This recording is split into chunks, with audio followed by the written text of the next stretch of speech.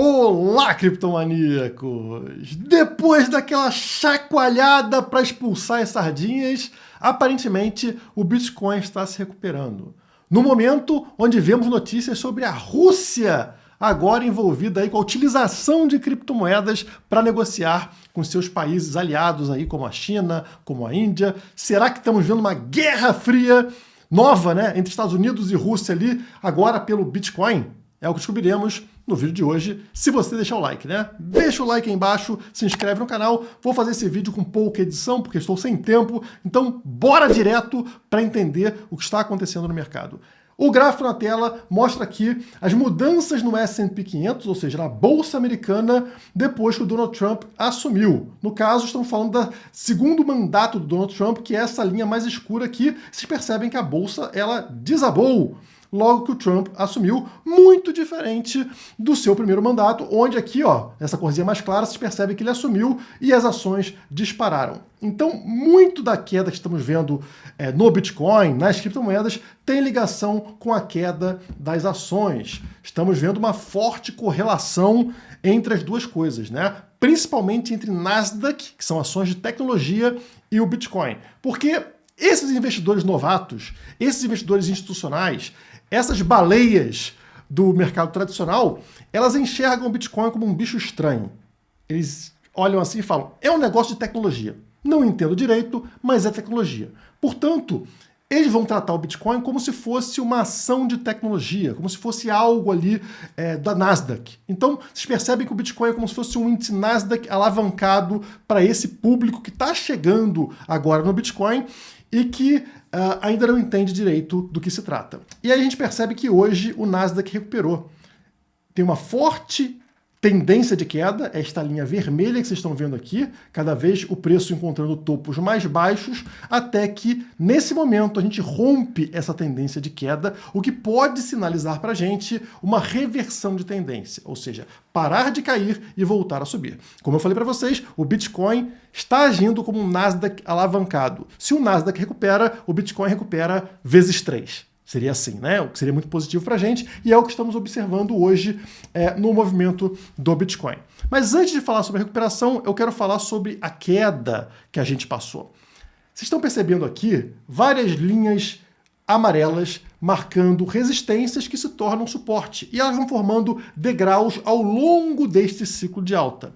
Isso aqui, eu já falei para vocês em vídeos antigos, né, que é muito importante, porque um ciclo de alta, ele não é somente alta, alta, alta, alta. Ele é alta, correção, encontra o suporte, alta de novo, correção. E em cada correção dessa, que geralmente é ao redor de 20%, né, várias sardinhas ficam pelo caminho. Esse é o motivo de por que ricos ficam mais ricos e pobres ficam mais pobres. Por que que 1% dos mais ricos tem 50% da riqueza? Porque os pobres, geralmente, né, aquele que tem pouco, ele tem mais a perder, afinal, se ele perder aquele dinheirinho contado, ele não come. Então, quando tem uma correção forte, eles acabam fugindo e o dinheiro vai se concentrando na mão das baleias ao longo de um ciclo de alta. Quem tem sangue frio, geralmente se dá bem. E eu quero que vocês percebam nesse gráfico por que eu estou falando isso. Olha aqui, pessoal. Vamos olhar primeiro para a primeira linha aqui, ó, amarela que nós temos nesse gráfico. Ela marcava o quê? Topos, ou seja, é uma linha que marca resistência de preço lá no início do ciclo de alta, né? Batemos aqui embaixo em 15 mil dólares. Vocês percebem que aqui na região dos 20 mil dólares existia uma forte resistência. Quando finalmente ela é rompida, o preço dispara até encontrar uma próxima resistência, que é a segunda linha amarela. E quando encontra essa resistência, para onde ele retorna? Notem que volta exatamente para a linha amarela anterior. É como se fosse uma escada mesmo, né, pessoal? Então volta aqui e para, ó, agora como um suporte àquela linha que antes era uma resistência. E a partir daí volta para testar novamente a resistência da segunda linha lá no topo. Não consegue, volta para onde, pessoal? Volta para o degrau anterior. E aí, finalmente, quando rompe, acontece aquela disparada para um novo nível. Nesse aqui foi o único nível, né, o único degrau onde não voltamos para o degrau anterior. Subimos direto para o próximo, né, o penúltimo, no caso. E aí bate nele, cria uma resistência e cai até onde? exatamente até o degrau anterior, até essa linha que agora, que era resistência, né, e agora vira suporte. E aí, quando isso aqui é rompido, vamos para esse último degrau. Resistência, o que acontece? Volta para a linha anterior, para o degrau anterior, para fazê-lo como suporte. E a partir daí, subiu e finalmente rompeu esta resistência, chegando no topo desse ciclo até o momento de 109 mil dólares. E aí, pessoal, quando encontramos agora essa resistência por duas vezes, né, topo duplo nos 109 mil dólares, o que aconteceu? Uma queda. Uma queda para onde, pessoal? Para a região do degrau anterior, que é essa linha amarela. Então, isso aqui era esperado, pessoal. Assim como tivemos uma queda de 32% desse degrau aqui para o degrau de baixo, agora estamos vendo uma queda de 28%. Foi a queda que levou a gente até os 78 mil dólares. Até cabia um pouquinho mais de queda aqui para voltar aqui para a região dos 70 mil dólares. Então, assim, até foi, digamos, suave perto do que poderia ter sido. E existe algo aqui que sinaliza, digamos, o fim da queda. É um momento conhecido como shakeout, como chacoalhar, né? Ali é realmente você pegar ali e chacoalhar o mercado, levar o mercado para um nível extremo, onde geralmente as sardinhas não aguentam ficar compradas, elas vendem. Essa região é abaixo da estrutura ali de lateralização que a gente vê. Por exemplo, nesse período aqui, vocês estão vendo claramente que o preço ele estava numa lateralização e acontece um pavio aqui, olha só, esse pavio vermelho, que vai muito abaixo, né, da média de preço que a gente teve nesse período. Mesma coisa aqui, já no início de 2024, tá vendo? Tem um pavio que ele vai fora do padrão, ele vai abaixo do período aqui de lateralização que a gente está vendo. É nesse momento que a queda costuma terminar, por ser um momento extremo, fora do padrão, muito assustador e que traz o preço de volta àquela linha amarela anterior. Tá? Então vamos notar aqui os três últimos momentos que aconteceu. Temos o momento atual, tá? Também fora do padrão. Notem como estamos abaixo da média de lateralização aqui. Tivemos aqui o momento em meados do ano passado, meados de 2024, e antes esse momento aqui no início de 2024. Então vou dar um zoom nesse momento para mostrar para vocês como acontece isso. Eu estou falando sobre isso aqui, pessoal. Esses momentos em caixotes amarelos, indicados como shakeout, chacoalhão, aquele momento de ultra turbulência para afastar os últimos mãos de alface. Vamos olhar os três momentos que a gente teve. Notem aqui no caixote vermelho que é um período de quê? De lateralização chata. Não acontece nada no mercado, tá todo mundo ali, não sei se sobe, não sei se desce, ai que chato o Bitcoin. De repente, você precisa de algo para mudar isso. E antes de ter uma subida, acontece, claro, o chacoalhão. Acontece essa queda para baixo do caixote vermelho, ou seja, muito assustadora, que leva o pessoal a pensar que entramos em bear market, que entramos em ciclo de baixa, só que não. Nós estamos em ciclo de alta. Logo na sequência, depois do caixote laranja abaixo do padrão, o que acontece? O caixote verde. Um rally muito forte, né? Um pump enorme no preço do Bitcoin, como a gente viu lá no início de 2024. E aí entramos num próximo degrau, que é justamente o caixote vermelho de lateralização chatíssima. Nada acontece, meses com o Bitcoin lateralizando, até que em determinado momento algo precisa acontecer. Mas antes de ser algo positivo, tem que vir o negativo. E aí vem um caixotinho laranja, o shakeout, aquele pavio enorme para baixo, fora do padrão de lateralização que a gente tinha, né, muito abaixo dele, expulsa as sardinhas e na sequência, como vocês estão vendo aqui, ó, acontece um mega rally, um mega pump desse caixote verde. E aí entramos no momento atual.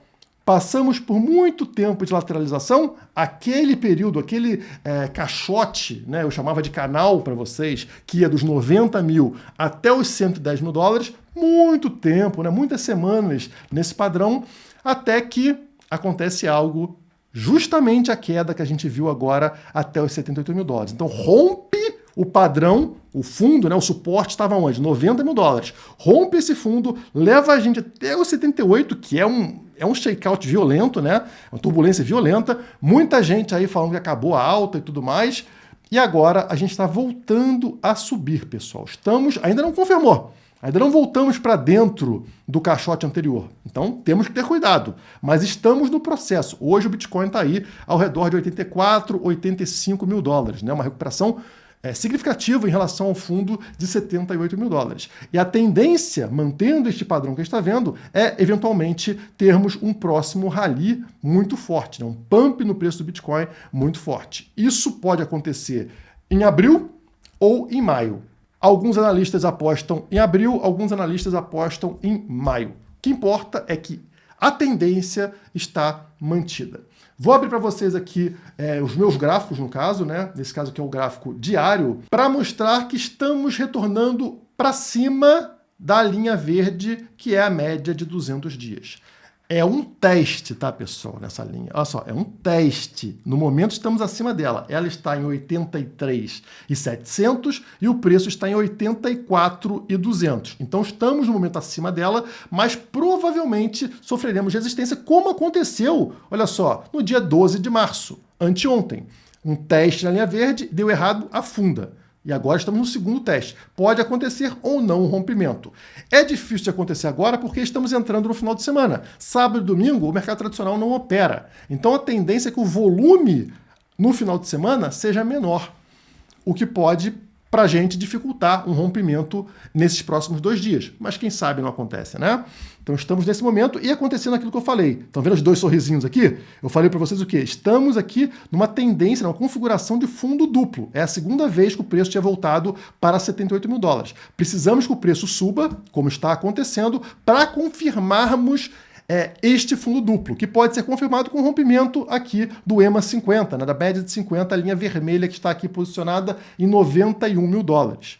Estamos distantes, né, mas a tendência a romper a linha verde é buscar a linha vermelha. Vou provar isso para vocês, trazendo aqui o momento anterior. Notem aqui em julho como o preço foi para baixo da linha verde, tá, da média de 200. Quando rompeu a linha verde, foi para onde? Foi buscar a linha vermelha, tá? Então é uma tendência natural de quando romper uma média importante buscar outra, como aconteceu aqui. Já no gráfico semanal, vocês lembram algumas semanas atrás, quando eu falei para vocês que romper para baixo do EMA 21, que era justamente os 90 mil dólares, o fundo do canal que eu trazia para vocês, né? Rompimento dos 90 mil dólares, rompimento do EMA 21, faria a gente buscar a linha verde, que é a média de 50 semanas, como aconteceu em todas as vezes nesse ciclo. Vocês estão vendo assim, essa região circular aqui, que eu marquei 2 vezes, uma lá em 2023, uma aqui em 2024. Notem que sempre que rompemos a linha roxa, o preço tende a buscar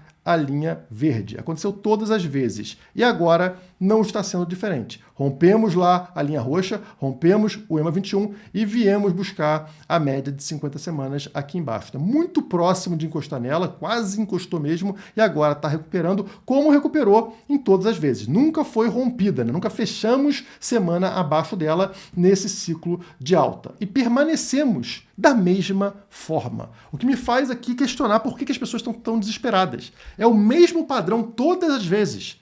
Não é a primeira vez. Terceira vez, com o mesmo padrão. O preço vai no mesmo lugar. E as pessoas estão muito mais desesperadas, na minha visão, do que deveriam estar. Elas perderam oportunidades no passado e continuam perdendo. Parece um aprende, né?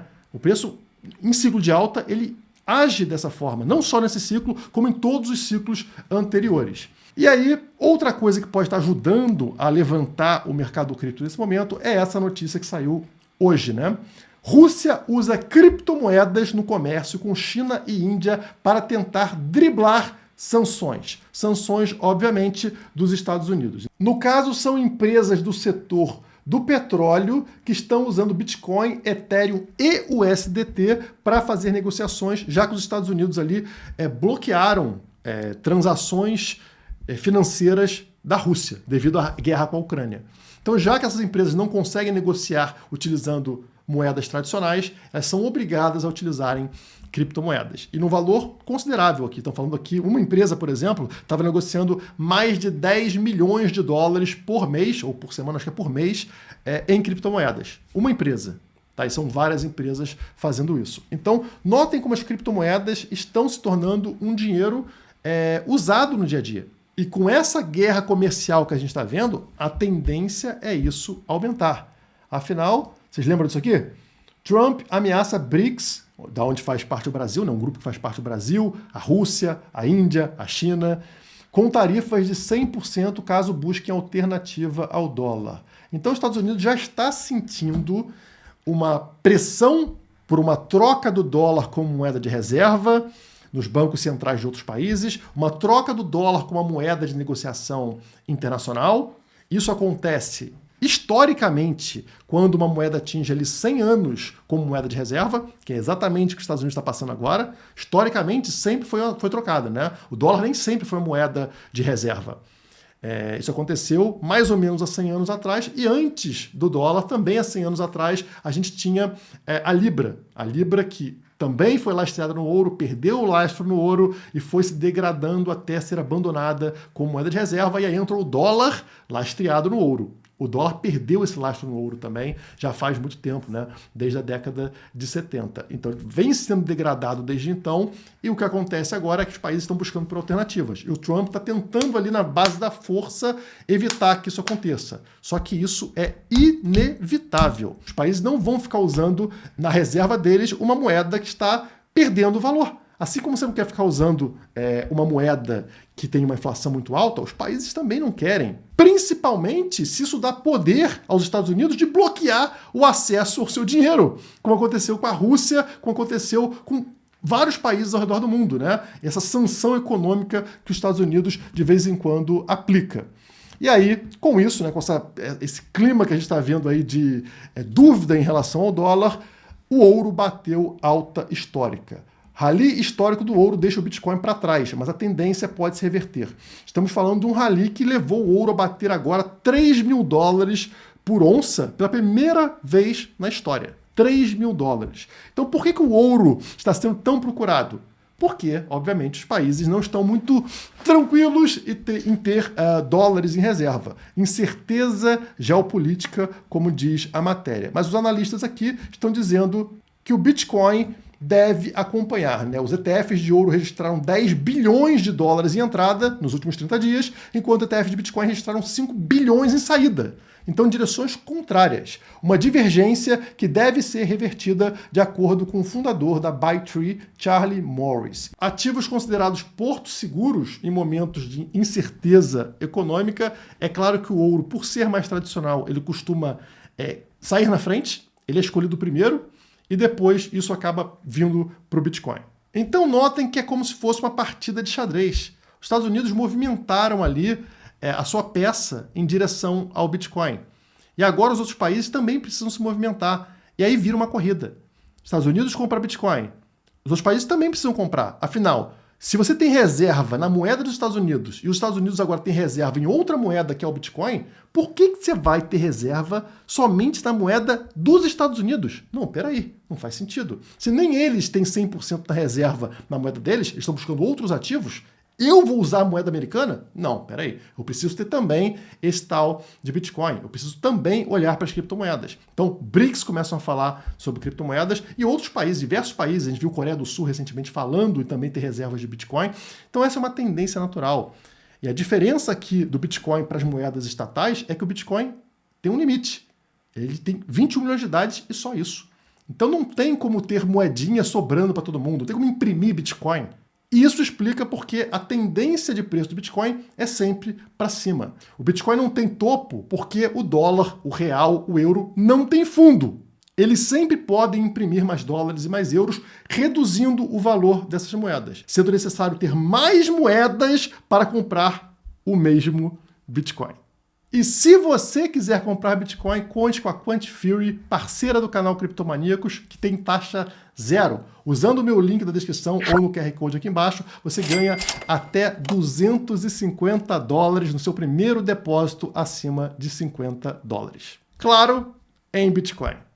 Já se você precisar de cursos sobre criptomoedas ou um suporte de uma equipe especializada, conte com Nação Criptomaníacos. O link também está na descrição ou no primeiro comentário.